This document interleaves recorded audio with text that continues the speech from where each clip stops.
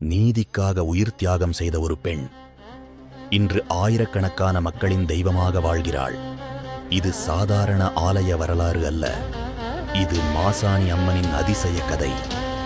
பல நூற்றாண்டுகளுக்கு முன்பு ஆனைமலை பகுதியை ஒரு கடுமையான மன்னன் ஆட்சி செய்தான். அவன் தோட்டத்தில் இருந்த மாம்பழங்களை யாரும் தொடக்கூடாது என்ற கொடூர சட்டம் இருந்தது. ஒரு நாள் பசியால் வாடிய கர்ப்பிணி பெண் ஒருவர் ஆற்றில் மிதந்து வந்த ஒரு மாம்பழத்தை எடுத்துச் சாப்பிட்டாள். ஆனால் அது மன்னனின் தோட்ட மாம்பழம் என்று கூறி அவளை பிடித்து வந்தனர்.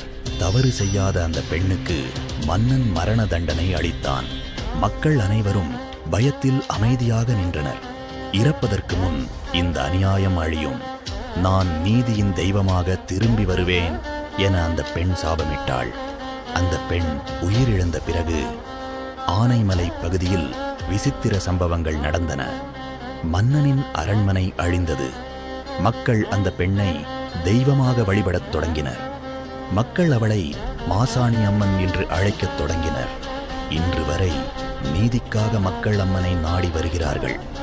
மாசாணி அம்மன் கோவிலின் மிகப்பெரிய அதிசயம் நீதிக்கல். மக்கள் தங்கள் குறைகளை எழுதி வைத்து அம்மனிடம் நீதி கேட்கிறார்கள். ஆண்டுதோறும் நடைபெறும் திருவிழாவில் லட்சக்கணக்கான பக்தர்கள் கலந்து கொள்கிறார்கள். அம்மனின் அருள் கிடைத்தால் வாழ்க்கையில் நீதி நிச்சயம் கிடைக்கும் என்று மக்கள் நம்புகின்றனர். அநியாயத்திற்கு எதிராக எழுந்த தெய்வம், நீதியின் உருவமாக வாழும் அம்மன், ஆனைமலையின் காவல் தெய்வம், அருள்மிகு மாசாணி அம்மன்.